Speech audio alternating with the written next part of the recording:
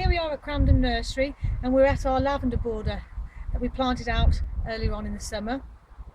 We planted out with a mixture of lavender angustifolias, the English types, and the sticas, the French types.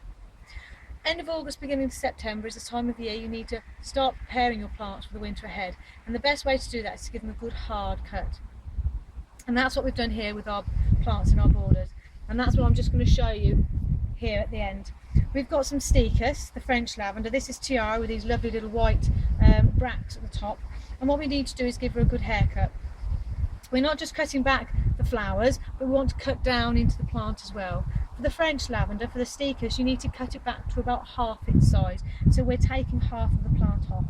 So that's just a case of getting some nice sharp clean secateurs and getting in there and giving it a good cut back. Remove the foliage as you go through. You want to collect that up and get rid of it.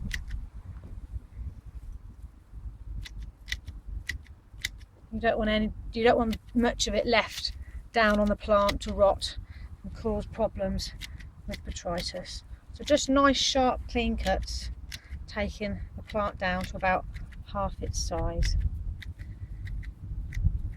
By cutting them back nice and hard now, you're going to give the plant chance to put on some new fresh growth before the cold weather of the winter sets in.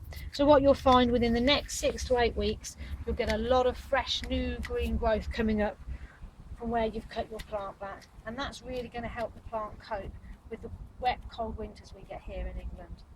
So that's what you're left with, a nice little mound of foliage, and you can just go through and make sure you've got a nice enough shape. Okay, so that's been cut back nice and hard, and like I say, you'll get some nice fresh growth coming through in the next 6 to 8 weeks.